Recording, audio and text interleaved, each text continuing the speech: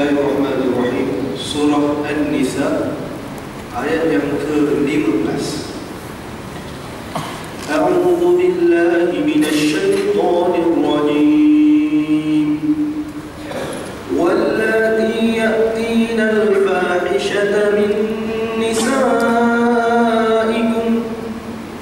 fastashhidu 'alayhinna arba'atan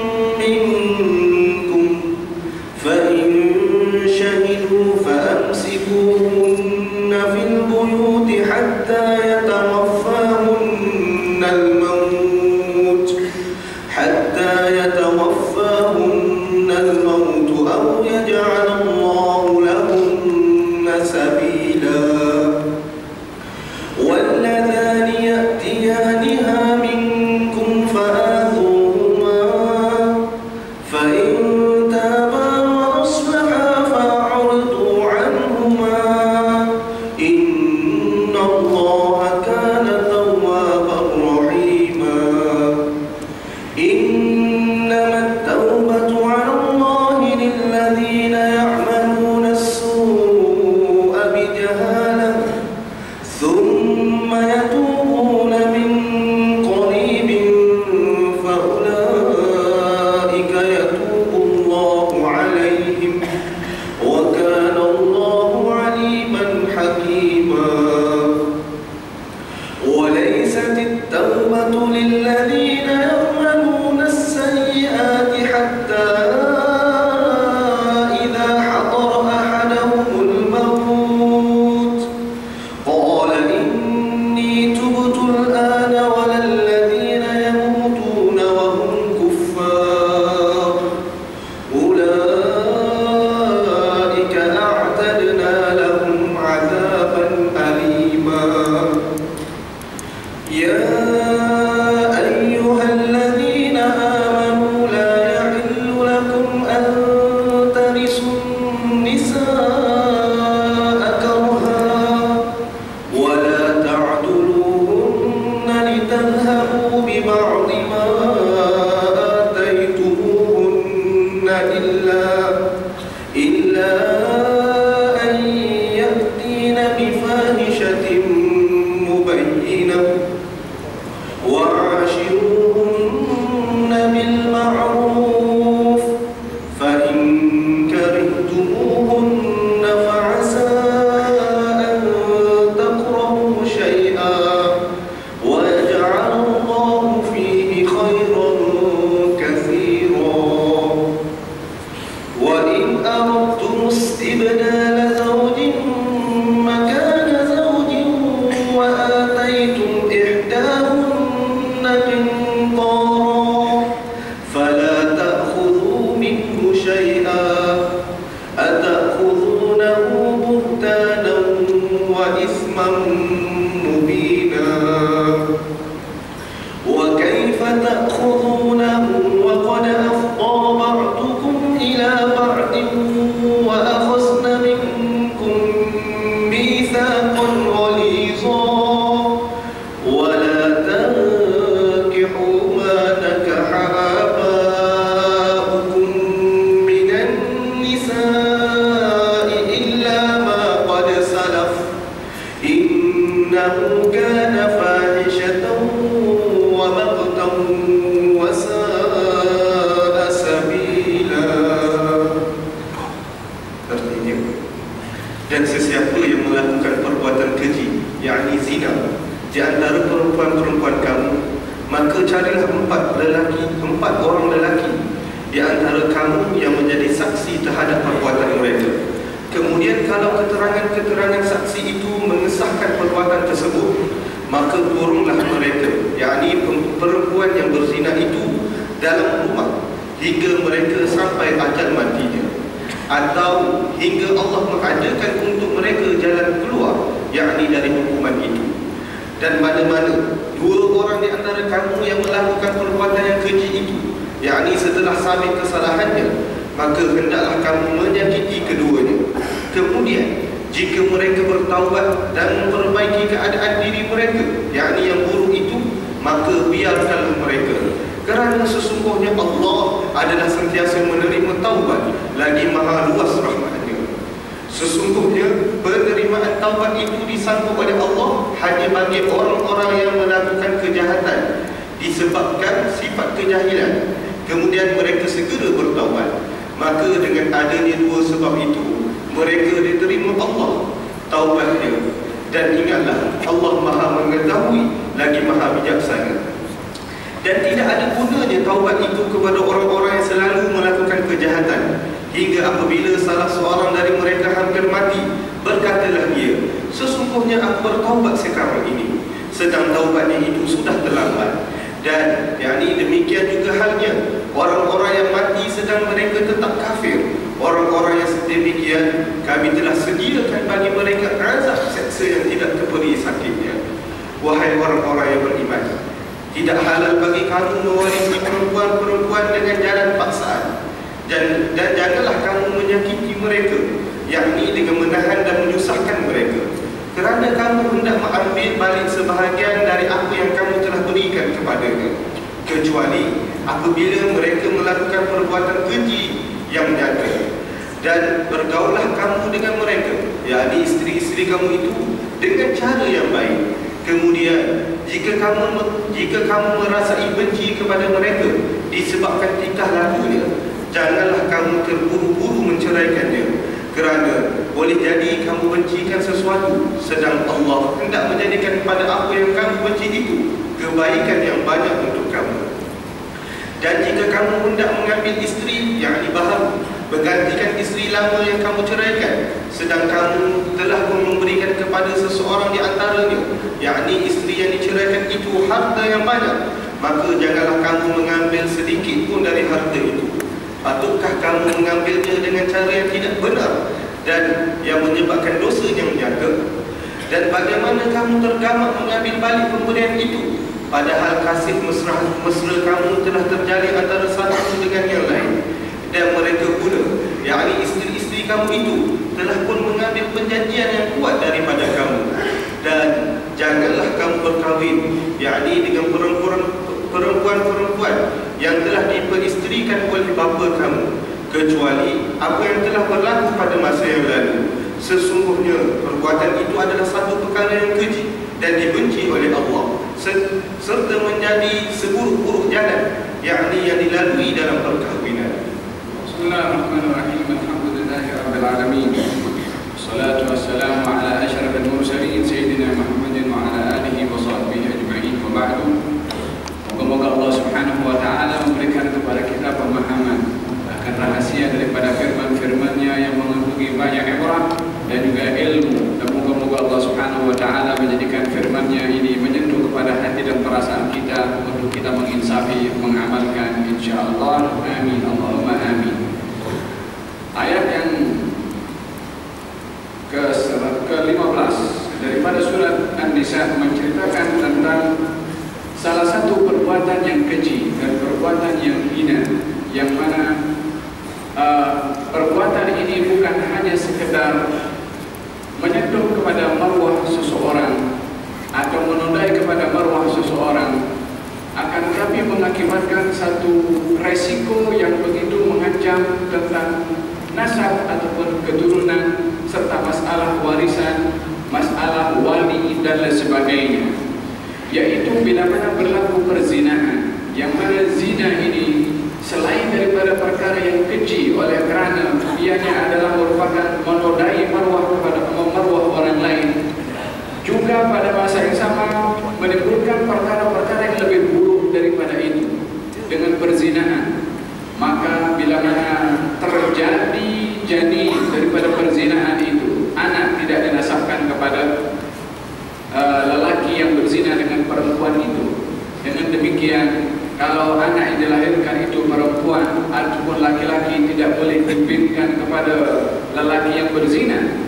Dengan demikian anak itu ternodai nasabnya karena perbuatan orang yang lelaki dan perempuan yang berzina. Belum berkaitan dengan masalah walinya kalau akan menikah, belum menyentuh tentang masalah warisannya.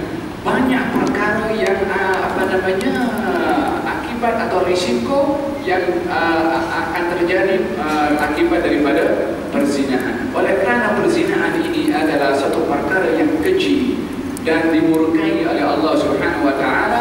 Allah Subhanahu wa taala mengharamkan perzinahan, bahkan mengharamkan segala sesuatu yang membawa seseorang kepada perzinahan.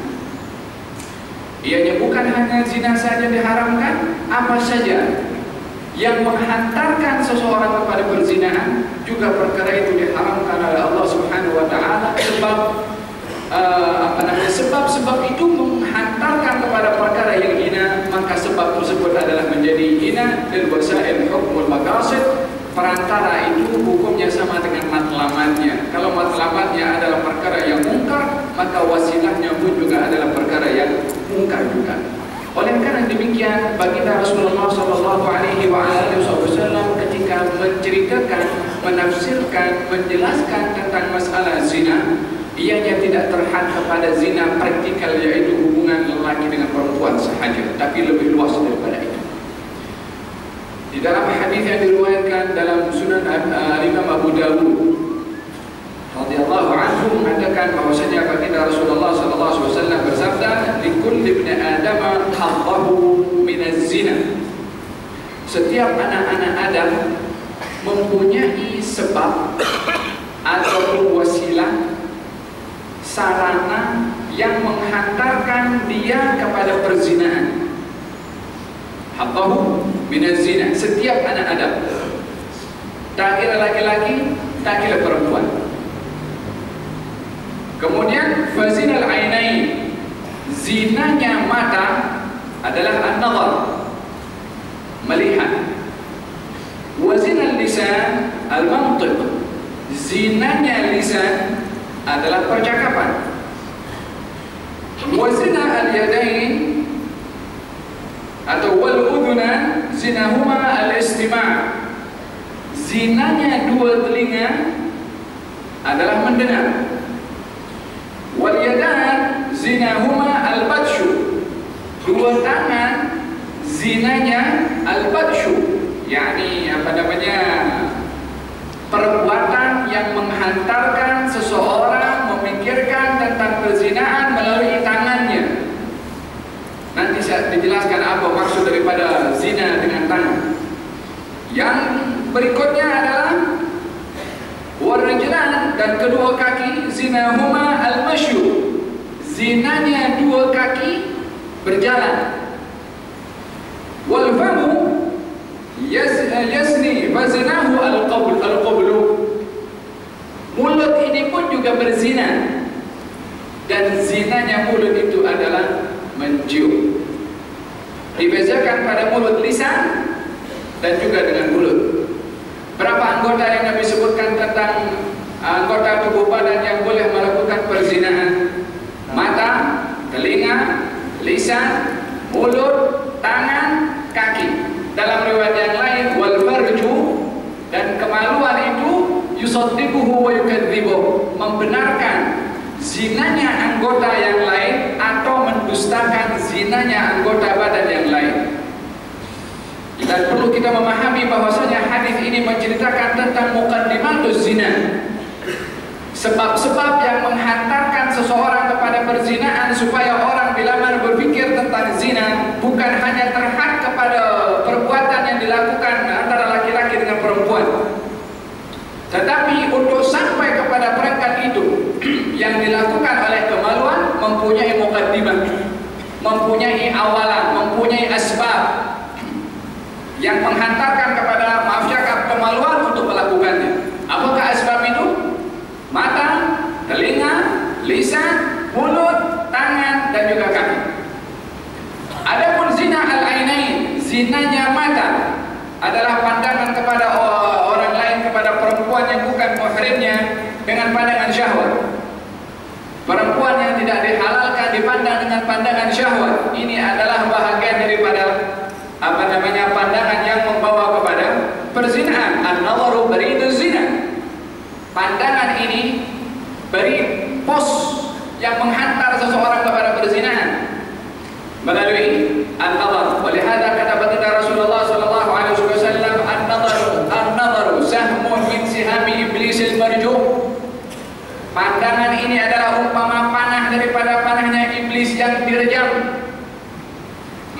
hafidhaha, siapa orang yang menjaga pandangan matanya karena takut kepada Allah Subhanahu wa taala, maka aku, kata Allah, akan berikan kepadanya manisnya iman. Dengan apa? Dengan menjaga pandangan mata.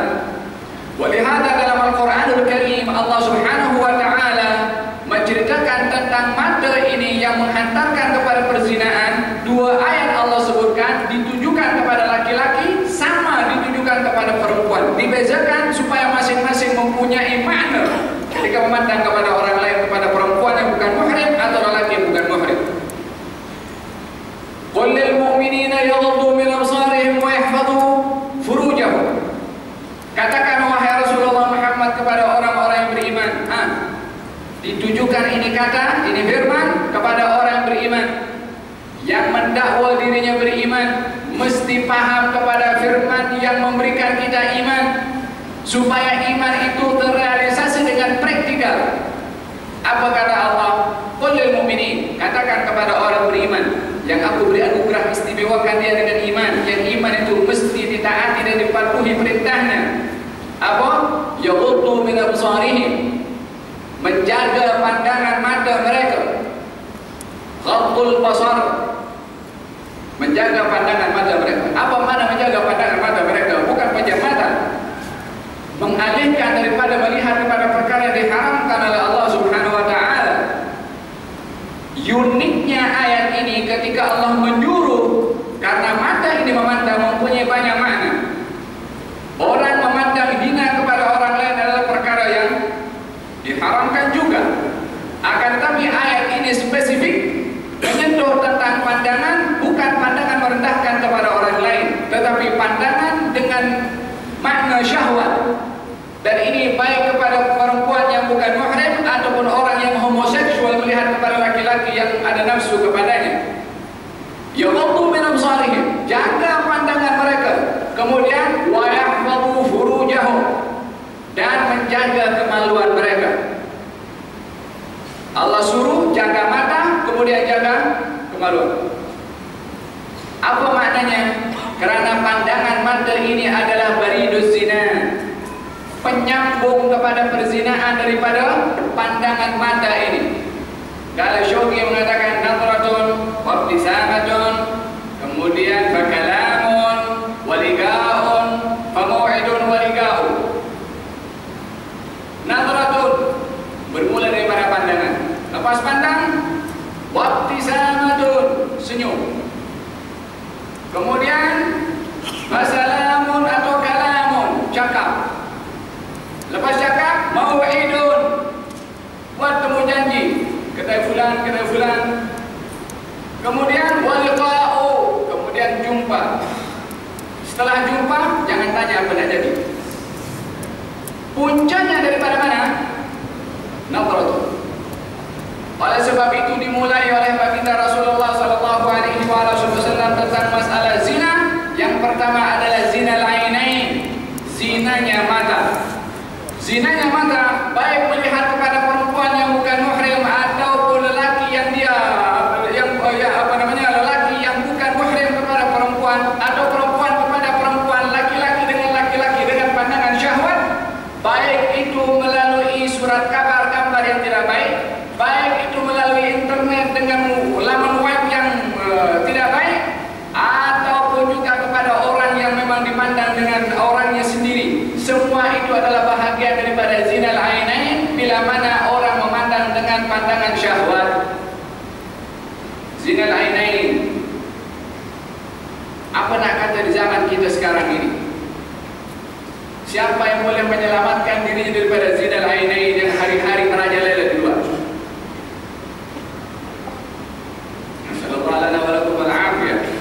Ini adalah satu balwa musibah yang menimpa di zaman kita sekarang. Maka hendaklah seseorang berusaha seboleh mungkin untuk menjaga dirinya dan pandangannya daripada melihat perkara-perkara diharamkan oleh Allah, karena mata ini adalah dikatakan berzina bila mana melakukan perkara diharamkan oleh Allah Subhanahu wa taala. Zina al-ainain, zinanya mata, an-nazar. Kemudian kata baginda Rasulullah, wa zina al-fam atau zina al-lisan, zinanya lisan. Ini adalah al-mantiq,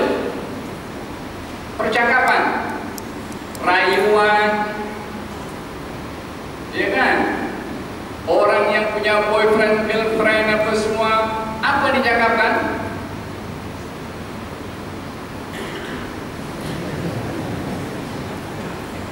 Kata-kata yang boleh membawa seseorang kepada perzinahan juga. Perkara ini adalah bukan perkara yang tak seorang pun tak tahu, semua tahu.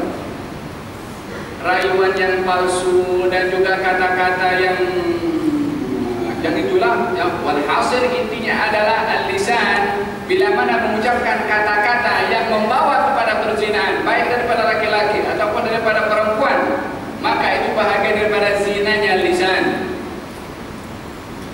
Kemudian zinanya tangan. Al-batshu adalah pergerakan tangan itu, baik dengan sentuhan, menyentuh kepada yang bukan muhrimnya dengan syahwat, ataupun zinanya tangan itu dengan SMS, dengan kata-kata yang gombal, kata orang kampung saya, kata macam itu. Bahagian daripada zina juga tangan ini. Subhanallah, baginda Rasulullah SAW menceritakan tentang zinanya tangan secara general, tanpa disebutkan apa, supaya dapat disesuaikan dengan kita punya zaman yang sekarang ini adalah kebanyakan perzinahan melalui tangan, melalui SMS, melalui surat email ataupun Facebook dan lain sebagainya.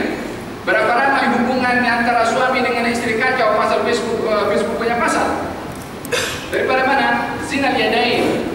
Zina tangan ini yang gatal, tak boleh kalau nak type kepada Allah, bagi kepada yang halal dan cara yang halal, tapi oleh kerana manusia itu lemah, dipedaya oleh hawa nafsunya, maka mengambil yang haram. Oleh hal baginda Rasulullah ketika pergi Isra dan Mi'raj, jumpa orang di hadapannya ada daging sedap, makanan sedap, ada daging busuk yang dimakan yang busuk. Kata Nabi SAW, ya Jibril, siapa orang itu? Kali ini orang di dunia dihalalkan oleh Allah Subhanahu Wa Taala pernikahan, dia pergi berzina. Allah bagi halal. Apakah menyebabkan dia pergi berzina? Iman tidak ada. Allah bagi anugerah Islam dan iman tidak dipegang, tidak dihargai. Walihada pentingnya seseorang itu belajar dan menjaga keimanannya. Wazinal yadain al-batshu. Zinanya tangan ini adalah al-batshu, tindakan yang membawa seorang kepada perzinahan, baik dengan rasa indera tangan itu sentuhan, ataupun dengan SMS ataupun type, bahagian dari bila mana yang ditulis kata-kata yang membawa kepada perzinahan, ini bahagian daripada zinanya tangan. Zinanya lisan tadi adalah rayuan tadi atau janji dan buat temu janji. Kemudian wazinar rijlain, zinanya kaki.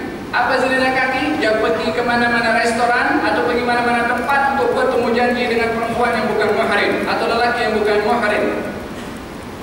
Perjalanan kaki ini pergi ke tempat untuk memenuhi kepada satu perbuatan yang boleh menghantarkan kepada perzinahan.